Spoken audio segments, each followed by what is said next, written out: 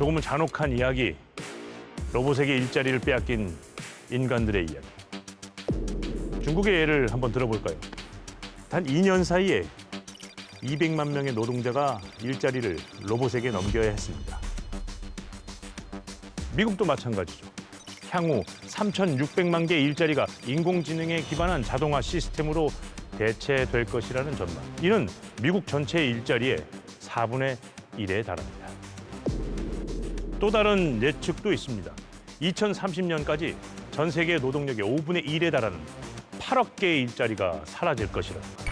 그렇다면 어떤 일자리들이 사라질까요? 일이 단순할수록, 임금이 낮을수록 자동화나 인공지능으로 대체될 가능성이 더 높습니다. 가령 사무관리 업종은 대체될 가능성이 4%인 반면 단순 포장이나 기계를 관리하는 수준의 일은 대체될 가능성이 100%에 이릅니다. 좀 더 들어가 볼까요? 고학력자보다는 저학력, 대학 교육을 받지 않은 노동자의 일자리가 더 먼저 사라집니다. 대도시보다는 소도시, 규모가 큰 사업장보다는 규모가 작은 사업장의 일자리가 더 먼저 사라지게 됩니다. 여자보다는 남자, 백인보다는 흑인, 자국민보다는 외국인의 일자리가 더 빨리 사라집니다. 자, 좀 더 보죠. 이것은 존재하는 전체 일자리의 파입니다. 그 일자리들의 성격에 따라 나누면 대략 3등분이 됩니다. 이 중 가장 자동화될 가능성이 높은 영역, 이곳에서 일하던 인구의 70%가 일자리를 잃을 것이고, 두 번째로 가능성이 높은 영역 역시 70%에 가까운 일자리를 잃습니다. 반면 자동화될 가능성이 낮은 집단에서는 30% 미만의 인구만이 일자리를 잃게 될 거라는 거죠. 그렇다면 이들 모두 어디로 가게 될까요? 이들 모두 자동화 가능성이 낮은 지대로 들어갈 수만 있다면야 결과는 해피엔딩. 그러나 일자리 파이에서 그런 동화 같은 해피엔딩은 쉽게 오지 않죠. 급기야 가장 극단적인 암울한 예측이 나옵니다. 인공지능과 자동화 시스템이 점점 발전하면 극소수의 상위 그룹을 제외한 나머지 99.9%의 사람은 프레카리아트로 살아갈 거라는 것. 프레카리아트. 저도 잘 모르겠는데요. 불안정하다는 뜻의 프레카리오와 노동자를 뜻하는 프롤레타리아가 합성된 용어. 인간의 노동이 대부분 AI로 대체된 미래 사회에서 임시 계약직이나 프리랜서 형태의 단순 노동에 종사하며 저임금으로 근근히 살아가는 그런 계층을 뜻합니다. 이 말을 처음 주장했던 분이죠. The pandemic have undoubtedly expanded the size of the precariat, which is that more and more people who thought they were part of the salariat are now finding either themselves in the precariat. 그리고 이분 99.99%가 프레카리아트로 살아갈 거라고 암울한 예측을 내셨던 분입니다.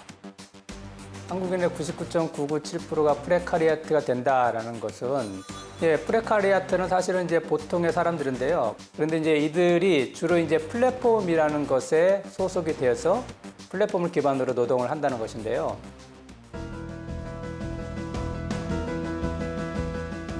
플랫폼. 우리가 아는 플랫폼은 이런 곳이었습니다. 우리가 아는 이곳에 앉아 기차를 기다립니다. 기차를 타고 어디론가 떠난다는 것은 꽤나 가슴 설레는 일이기도 하죠. 그러나 이제 그런 낭만의 시대는 끝났습니다. 플랫폼, 컴퓨터 시스템이 작동되는 공간. 이곳 역시 엄연히 플랫폼은 플랫폼입니다. 사람이 모이니까요. 대신 여기에 모인 사람을 조정하고 관리하는 것은 컴퓨터 프로그램. 프로그램이 기차를 부르고 기차에 태울 사람과 태우지 않을 사람을 정하는 것도 프로그램. 사람들을 어디로 실어 나를지, 몇 사람이나 실어 나를지를 정하는 것도 프로그램입니다. The platform capitalism and the gig economy, so-called, is dramatically increasing the size of the precariat. 플랫폼화가 진행될수록 일자리는 점점 불안정해집니다. 왜냐하면 플랫폼이라는 게 기본적으로 거의 프리랜서, 계약직 형태로 노동을 수급하거든요. 플랫폼 노동이 더 많이 퍼져버리면 그게 마치 기준이 돼가지고 기존 다른 노동자들도 그 대우를 받는 게 확 낮아질 수 있단 말이에요. 대부분 사람들이 플랫폼 노동을 하고 있으니 그게 곧 기준이 되겠군요. 그렇게 되면 점점 노동의 질은 떨어지고 기계의 보조자로 전락해서 점점점 비참한 노동을 하면서 살 수밖에 없는 그런 구조로 바뀌게 됐죠. 지금 그들을 실을 기차가 이곳으로 도착합니다. 그들을 이곳으로 이끈 건 컴퓨터 프로그램의 알고리즘. 우리는 그들을 플랫폼 노동자라 부릅니다.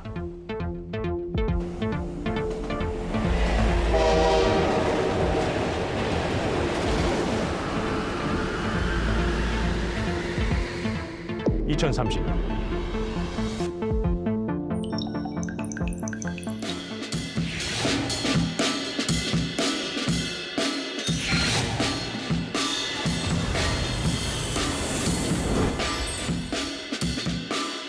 안녕하십니까 여러분. 49개의 직업을 가진 사나이 마직사, 오늘도 한번 시작해 보도록 하겠습니다. 아이고, 오늘도 많이 들어와 주셨네요. 벌써 52,000명 접속.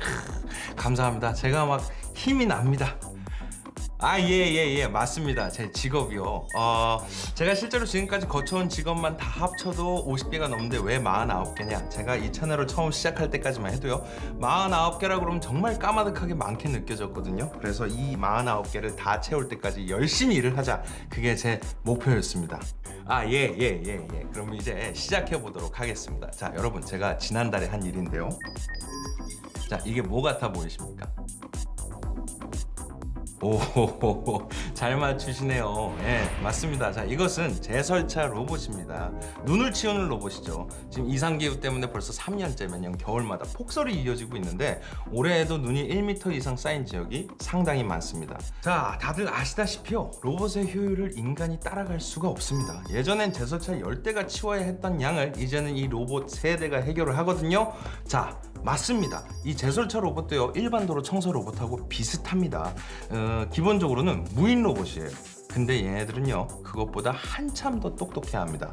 자, 눈이 덮이면 그 속에 뭐가 있는지 모르잖아요. 그것을 파악해야 되기 때문에 일반 청소 로봇들과는 조금 차원이 다릅니다. 자, 그럼 과연 사람은 어디서 일을 하느냐? 이 로봇이 다 좋은데요, 한 가지 흠이 있습니다. 얘네들이 눈이 나빠요. 자, 가령 거대한 눈덩이가 있다고 쳐요. 그 속에 굉장히 비싼 스포츠카가 숨겨져 있습니다. 근데 아무리 투시 센서를 부착을 해놔도 그 눈 속에 있는 물건을 정확하게 구분하는 데는 한계가 있다는 거죠. 자, 그러니까 이 로봇팔이 눈을 치우려고 쓱 하는 순간에 차에 그냥 스크래치가 쭉 날 수도 있고요. 자, 여러분, 제가 지난 2달 동안 한 일입니다. 로봇팔의 강도를 정해주는 일. 이 로봇 센서가 바라보는 장면을 이렇게 단계적으로 분석해주는 프로그램이 있거든요. 사람이기 때문에 바로 판단할 수 있는 게 있습니다. 자, 가령 상가들이 있는 도로라고 쳐요. 거기에 감지된 거대한 철 구조물이 있다 하면 그건 거의 100% 차라고 보시면 됩니다. 근데 이 로봇들은요, 그게 상간도로건 도심도로건 상관없이 다 똑같은 도로라고 해석을 한단 말이죠. 자, 그래서 우리는 판단을 해주면 돼요. 이거 어렵지 않습니다. 사람이면 따라오는 당연한 능력이면 충분하거든요. 그런데 제가 생각하기에는요, 이 일자리도 그렇게 오래 갈 것 같지는 않습니다. 로봇의 판단 기능이 바로 개선이 될 거거든요. 다만 이 비용적인 문제 때문에 아직은 이런 모델을 쓰고 있는 거고요. 그 잠깐의 텀에 인간의 일자리가 나오는 게 아닌가 제가 생각을 한번 해봤습니다. 자, 그 잠깐의 텀에 인간의 일자리가 나오는 게 아닌가. 자, 그럼 이제 바로 그 지점에서 이야기를 시작해보죠. 다시 일자리 파이입니다. 자동화와 인공지능에 밀려 일자리를 잃게 된 수많은 이들이 노동시장 밖에서 서성입니다. 이들이 모두 자동화 가능성이 낮은 파이 속으로 들어갈 수 있을까? 방법은 딱 하나뿐입니다. 전체 일자리의 비율에서 자동화 가능성이 낮은 부분의 영역을 넓히는 것. 다시 말하자면 이 안에 파이를 키우는 거죠. 이게 가능해지려면 새로운 일자리가 그만큼 많아져야 된다는 뜻입니다.